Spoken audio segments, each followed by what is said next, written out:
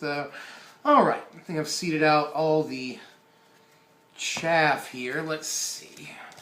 Well, I'm almost certain that we're going to play Thopters when we build this deck here. Normally I wouldn't be so sure of that, but we got so many amazing things that I think we can totally play some Thopters here. Let's see. Definitely want Hangerback Walker in any deck that we end up building. Now normally, I guess in a sealed deck, what I would be doing is sorting my cards by color, obviously. Let's go ahead and sort of start that. We definitely, I think, have a case for Thopters, but not a whole lot else here. There were some fine elves in this Fatpack, I noticed. Obviously Dwynen, but we also got, Thornbow Archer, a lot more Empath, and a couple of other things, but I don't know if it's worth it all the way to do that. It definitely looks like blue and red are two of the strongest colors. We did get some decent removal. You see the Celestial Flare there in white. We got a couple of those. That's pretty cool. Oh, and in red, obviously, we got 2 Fiery Impulses, which is pretty hot. Let's see here. A lot of interesting cards, too. Like, we got 2 or 3 of these Aspiring Aeronauts that look like exactly like Obama to me. That's another good card for Thopter. There's another one right there. So as I get this sorted, I'm just going to go ahead and sort of expect to play that. There's a Gear Crafter. Most of these artifacts are kind of meh, but what's new, right? Let's see. Hitchclaw. I actually do like Hitchclaw in sealed decks. I don't think that is the worst card ever. It's one of the better green commons in the entire set. I think it's the only gold card we got. Zendikar and Karn. I'll put it over there. I've been playing with Shadows of the Past a little bit too, experimenting with that. It is not bad, but it has to be in the right thing. I know a lot of people are speculating on what the heck that card is even supposed to do. I know Commander players like it too.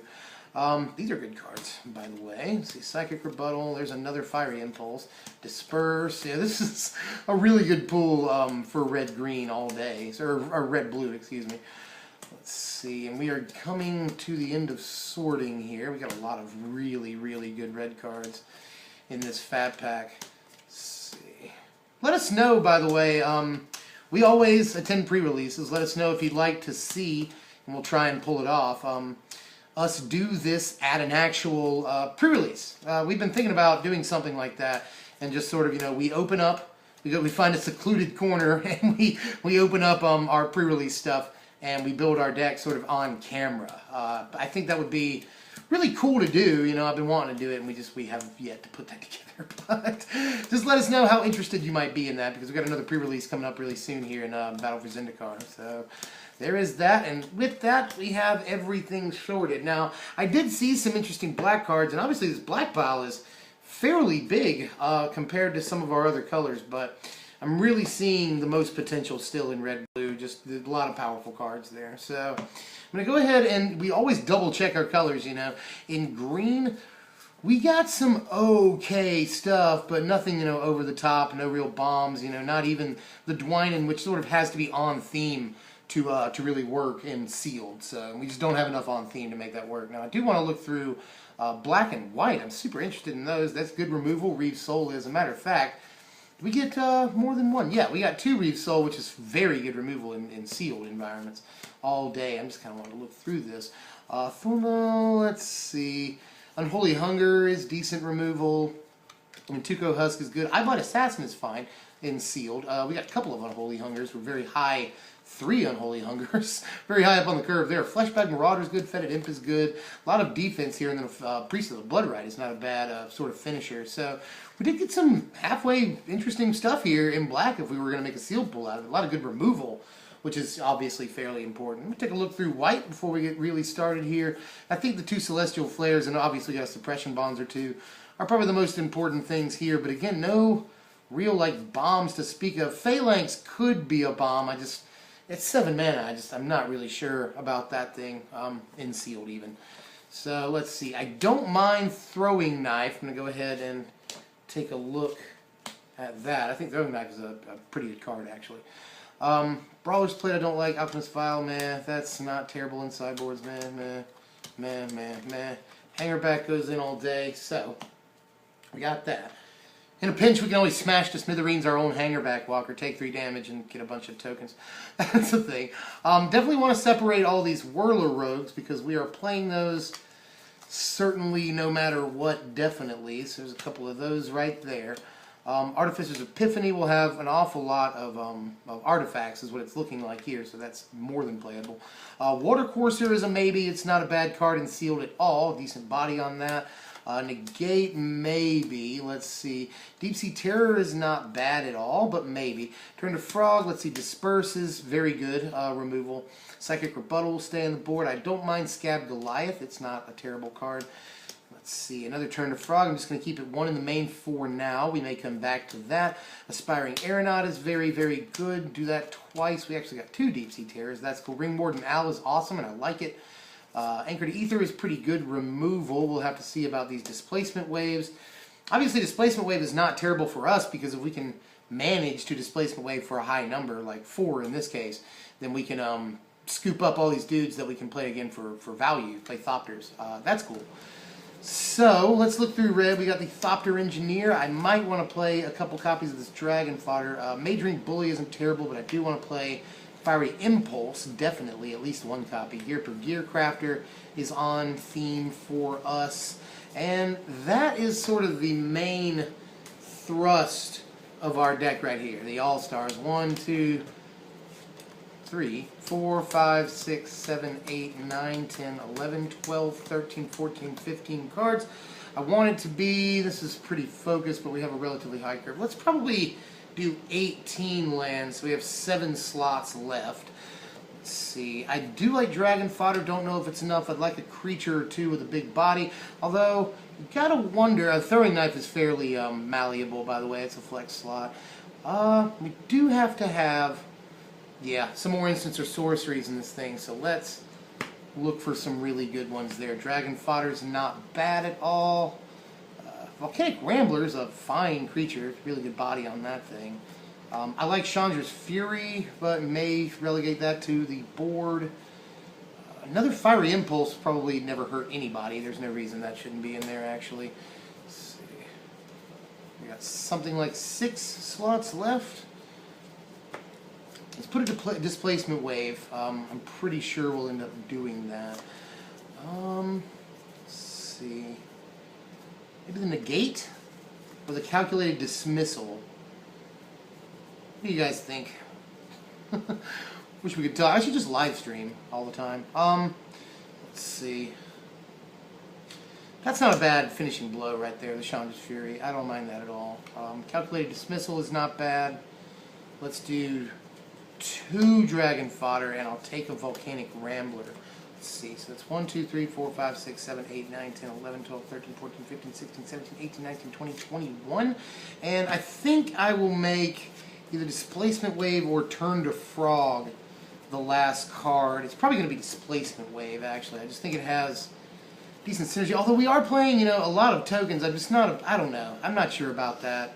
I think it works too much against us in this case. So let's go Turn to Frog in this case. I know there's 2 Turn to Frog, but we can trade with literally any creature on their board if we Turn to Frog, because we've got a lot of Thopters and 2 Dragon Fodders, so we should be okay on that. And that gives us 1, 2, 3, 4, 5, 6, let's see, 7, 8, 9, 10, 11. 11 instants or sorceries. We might be able to bring that down by 1 if we can find an acceptable creature in the bunch. Scab Goliath is fine, although I worry a bit about our curve. Deep Sea Terror is not bad either. I'm tempted to put a 3rd Dragon Fodder in. It's just like literally never bad, you know? So that would sort of fulfill our requirement for having instants and sorceries in our graveyard for Spell Mastery or Fiery Impulse. And it would give us, you know, a couple, it'd be like putting an extra creature in the deck. I am not adverse to that. I like Boggart Brute, though. Scab Clan Berserker is probably good. Maybe, I don't know. Let's see. I'm going to go with the Dragon Fodder, because we don't have really much going on the low end of our curve here. We've got to wait till the 3rd or 4th turn, so I think it's better to have more cards at 2 mana. So yeah, let's see what we've got here as a result. We've got 3 dragon fodders. Let's do instant sorceries and spells like that first. We've got something pretty focused, actually. 2 turn to frog. Calculated dismissal, that's our counter magic. One of our finishers is Chandra's Fury and is not in any way bad against small creature decks if we can survive, which we should be able to in a sealed environment. We got 2 Fiery Impulse, which is super good. Let's see, we got Disperse, that is very acceptable removal, as is Anchor to Aire. I like that card a lot. And with that, let's see, Artificer's Epiphany is really, really good advantage. So, yeah, let's try that. Let's see. Instants and sorceries right there. As far as creatures go, 2 Whirler Rogue, 2 Aspiring Aeronaut, a Thopter Engineer, and a Gyriper Gearcrafter. So, that is 6 creatures that make tokens when they come into play. All of these tokens fly, too, so that's really, really good. And a Hangerback Walker is sort of the crown jewel of this deck here, definitely. Ring Warden Owl, I do like the Owl an awful lot. It's good we have 1 copy there on the very high end of our curve. Water Courser is a very good sort of utility creature. It's got a good body, and it can attack. So that, like, for decent damage, that's not bad. And then finally, on the very, very top of our curve, Volcanic Rambler, which is a good mana sink and has really good power toughness, especially for how splashable it is. And then finally, this isn't a creature, it's just sort of the last slot in the deck, a Throwing Knife, which is super utility. You don't have to have colored mana to kill a guy, you know, and this also can do damage to players too.